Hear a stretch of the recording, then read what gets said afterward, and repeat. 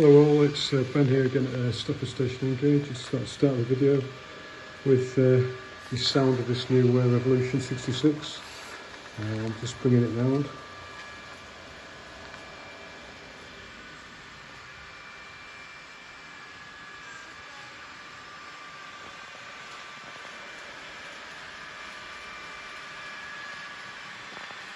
Fantastic sound.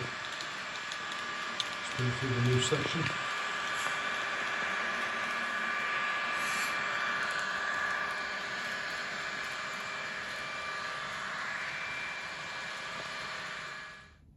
So this is the new catenary I've done.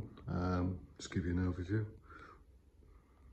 So I've tried to follow the prototype and do the different types. You've got your classic 1955 modernisation plan style, and then you've got this one which is a kind of a electrical distribution gantry which comes from these units. And then you've got the A-frame style here, which I've tried to capture, which is quite interesting. This one on the left is a bit higher, and then you've got the underbridge arms there, and then you've got this Hexagon style one here. So I'll go through the process of how I've done them. So I hope you enjoy the video. Thanks. So this is the new Revolution Class 66, which has just arrived. I've also ordered a GBRF one and also a DB one in the second batch. Amazing loco, brilliant lighting and sounds, and also it has quite good haulage, pulling all this lot with no problem. Yeah, great. Just give you a bit of a close up there, the detail.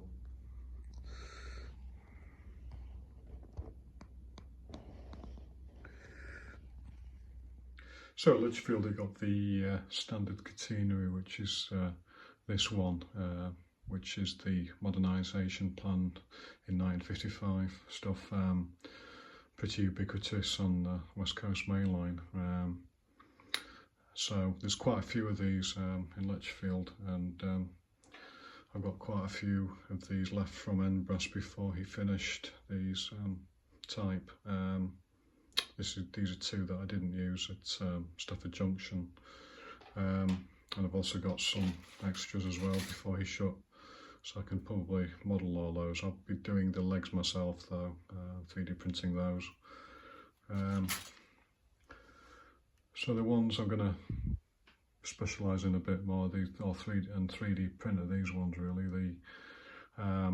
Starting with these two big A-frames. The view of it there, and then this is from the bridge, and it looks about, from what I'm looking at there, probably about 5 foot high. One thing that's quite interesting about these is this one is a bit higher than this one, and I think the reason for that is that this is actually on a hill on the left here, and they probably had to make it sort of minimum height for health and safety. Anyway, that's my theory anyway, because it is quite a bit high, and you can actually see kind of quite a long registration arm there. Yeah, it'll be interesting to 3D print these. I'll be using the same method I used for the Stafford Junction. Another view of there, and you can see the height of that one. Second type is this sort of I-beam one. You've got all these wires on it. I think what this is some kind of transformer station, because you've got wires coming down to the transformer boxes here. So it's quite interesting as well. It's quite distinctive. So I'll probably use I-beam, plastic card I-beam for that, and 3D print the legs with this interesting intricate latticing here. That's another view of it there, so you can see it's quite intricate with all this. And then the third type is this one with the hexagons in, which I'm not sure what era that's from. It might be a more modern one, but there's one of these on this side of Lichfield, so have a go at 3D printing that and probably try and reinforce the bottom with some brass. Yeah, so we'll get on with that. So those three types I just mentioned, I've done basically some elevation drawings just to get me an idea of scale really. So the first one, this right A-frame here, I've just drawn it according to the dimensions I've already got with the lift tower and the stairs, the platform and overhangs. I mean, it's quite surprising how much of it doesn't even go over line, just this bit here. And then you got the higher left one I mentioned, which is on the hill. These will be 3D printed pretty much the same way, it's just this one is obviously smaller, less width than this one, but they'll be very similar in the way they're designed on Tinkercad. And then this is the one I was referring to with all the wires, which will have some I-beam on it, and then that's the electrical box there, so that'll be quite interesting.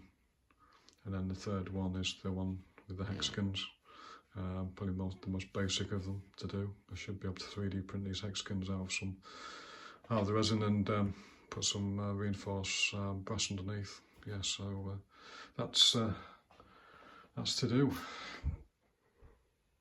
Just doing the Tinkercad now for the A-frames, which are these ones I've drawn up here, which are near the station lift towers.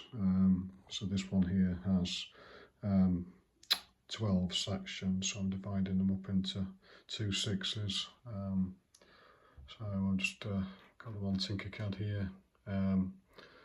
Just doing it the same way I did the A-frame OHLEs on the previous layout I did, which was the Stafford South Junction.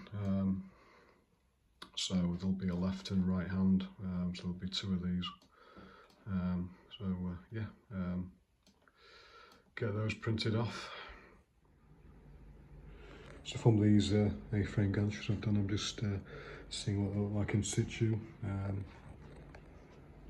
Had to obviously create a bit more of a base there, so I had to dig out some of the plaster there.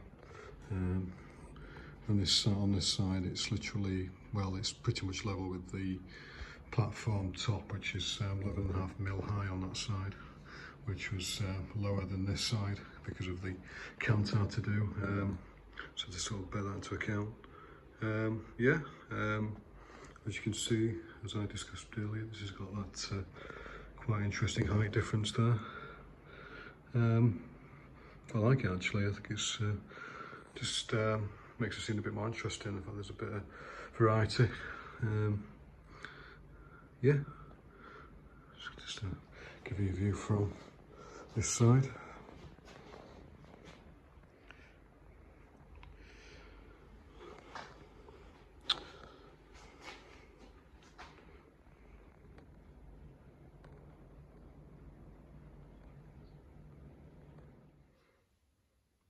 Making up this 1955 modernisation plan, catenary now, and I've got a few of these on the layout, so I thought I'd do quite a few at once. I've got 2 on the layout at the moment, and there's the rest of these 3 here. So from an earlier segment I measured up the lengths there and also the direction. The reason for that is that this one, for instance, which I believe is that one actually,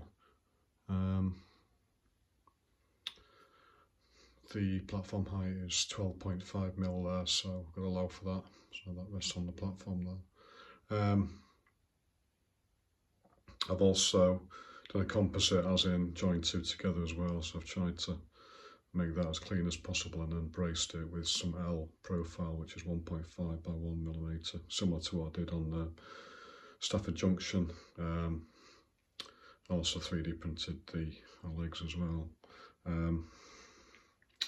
Another thing I've done is I've reinforced the legs as well with some L profile. It's just that the legs tend to warp this 3D printed resin anyway, so I thought it just gives some extra strength there. So I've got some couple of smaller ones that also lean on the platform there, and the other one so will be on the other side of the bridge. Yeah, again composites. Had to see there to cut two together, put them together just to get the right actual length.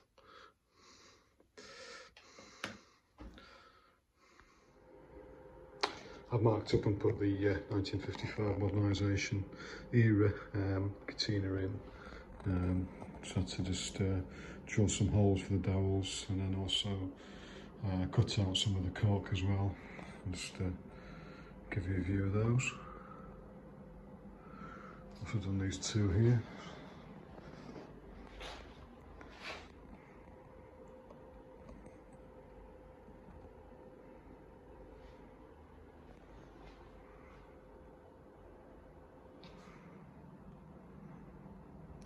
And this far one. So you probably noticed the huge gap there. So that's the odd one I've got to do, which is that one I said at the beginning, which has got all those little cables coming out of it, and it's like a strut type structure rather than this type structure. So that's to do, and then there's this end one here to do, which is that one with the little hexagon holes in it.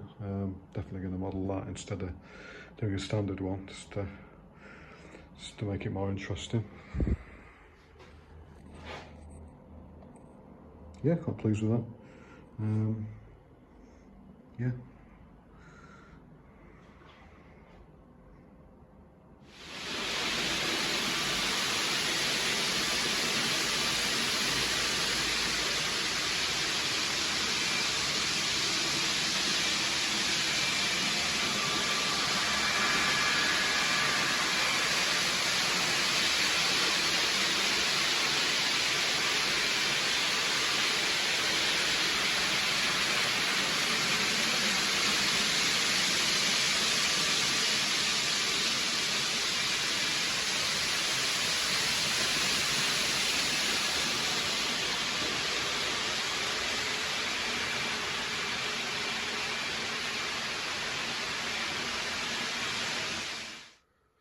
Doing the CAD now for this particular portal. It's got this hexagon extrusion in it, so it's quite an interesting one to model. So on Tinkercad, so I go to here,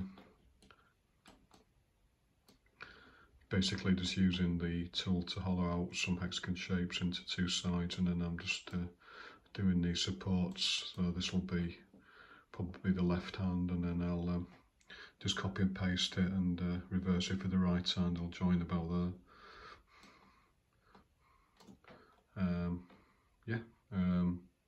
Also done some of these blocked in bits, which I think are probably extra supports for the angles that go there to support it, just to give a bit more strength there, so they block those in.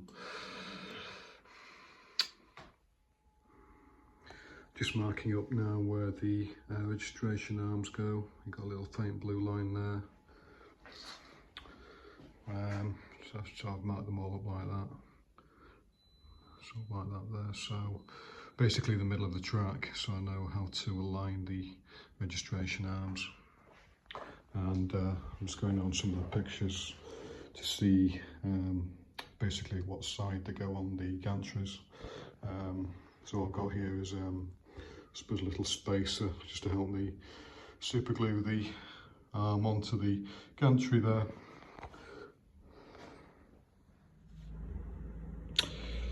Just doing the arms now for this one. Because it's higher, obviously they're going to drop down a bit lower, but the actual distance from there to the track height should be about 36 millimeters with the rest. Some extra detailing on this as well that I put on this top bit here. I've also done this here as well, which is the associated mast, which I believe is used to transfer electrical cabling over to this portal. So I've done some extra additional 3D printing with that as well. So I fixed these arms on here, and as you can see they're kind of a different type. They've kind of got an angled down as opposed to those there. They've got like horizontal at the top. This is actually on the prototype. Just thought I'd you know, mix it up. So got those on, got those fixed up, and I'm currently doing the one behind that one there. Just putting these bridge gantry arms in now, and interestingly they are perpendicular to the rail. They're not actually angled on the gantry itself, so it kind of gives a quite interesting effect. Got the reference here. There you can see the sort of angle from this side as well.